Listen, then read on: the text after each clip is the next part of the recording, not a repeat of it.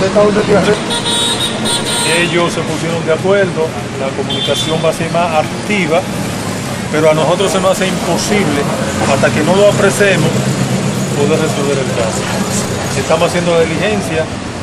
Esta foto, ese joven tiene antecedentes criminales, tiene varias fichas en el archivo de nosotros, es un tipo violento.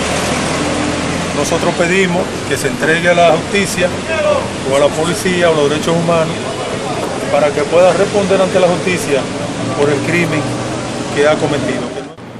Que por favor llamen al medio de comunicación y digan dónde vive, cuáles son su familia, su mamá, su papá, su hermano, para que así la policía pueda acceder a él y capturar a este maleante que asesinó a mi amigo por la espalda